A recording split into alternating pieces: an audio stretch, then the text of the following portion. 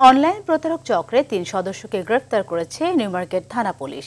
শুক্রবার ভোররাতে রাজধানী সহ বিভিন্ন স্থানে অভিযান চালিয়ে তাদের গ্রেফতার করা হয়।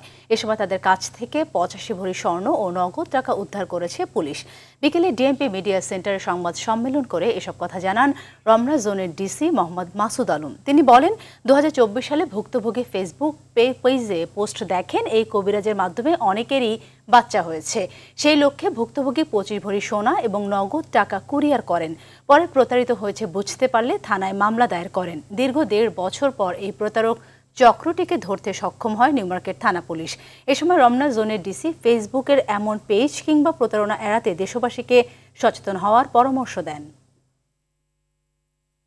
ওনার বাচ্চা হয় না, বাচ্চা নেওয়ার জন্য অনেক চেষ্টা করেছেন। দোয়া কবুলের অলৌকিক গল্প, এরকম একটা ফেসবুক পেজ সে পায়। ৬,১০০ টাকা পাঠায়, এখানে অনেক কিছু লাগবে, ঝাড়ফুঁক দিতে গেলে তো অনেক কিছু কিনতে হয় আমাদের। তার সাথে পরে আবার যোগাযোগ করে বলো যে ব্যবহার্য সামগ্রীর মধ্যে তো স্বর্ণ আছে, পরে ১৫ ভরি আরো পাঠিয়ে দেয়। তো সব মিলা ২৫ ভরি স্বর্ণ।